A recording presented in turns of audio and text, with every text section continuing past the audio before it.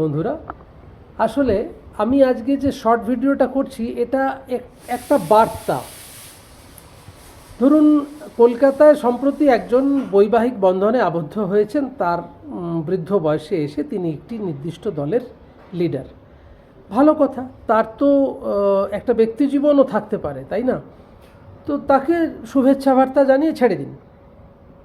আমি সোশ্যাল মিডিয়ায় যারা রয়েছেন, যারা ছোট বড় মাঝারি বিভিন্ন রকমের চ্যানেল চালান, তাদের কথাও বলছি, এবং বিভিন্ন যে নিউজ চ্যানেলগুলো আছে যাদের একটা মার্কেটে রেপুটেশন আছে তাদের কথাও বলছি। আচ্ছা, আপনারা কনস্ট্যান্টলি তার সম্পর্কে লিখছেন বা বলছেন বা নিউজ করছেন যে পার্কে ঘুরতে ঘুরতে প্রেম হলো।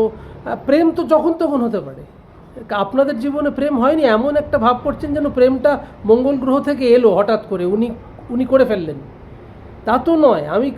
আমি বাইরে থাকি, আমি পশ্চিমবঙ্গে থাকিও না, কিন্তু আপনাদের তো একটা নিজস্ব আইডেন্টিটি আছে, যে চ্যানেলগুলো আছে সেই চ্যানেলগুলো একটা ছোট করে নিউজ করে দেবেন, ব্যাস ঠিক আছে। আপনারা কি খবর মনে হয় যে খবর নেই আপনাদের হাতে?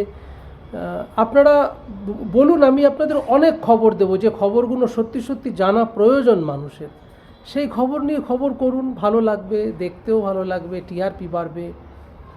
এইটা জাস্ট অনুরোধ। এটা কিন্তু কেউ নিজের গায়ে ঝোল টেনে নেবেন না, কারণ কাউকে উদ্দেশ্য করে আমি কিছু বলিনি।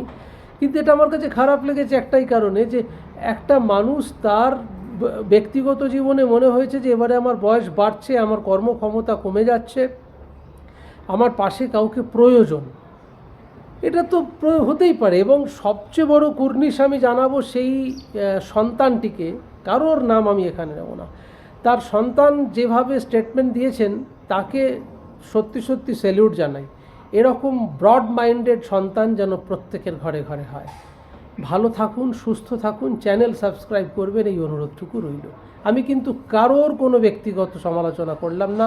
যদি কারোর ব্যক্তিগতভাবে কোনো আঘাত লেগে থাকে, সে চ্যানেল হতে পারে বা কোনো সোশ্যাল মিডিয়া হতে পারে, আমি তাদের কাছে কিন্তু ক্ষমা প্রার্থী নতমস্তকে। ভালো থাকুন, সুস্থ থাকুন।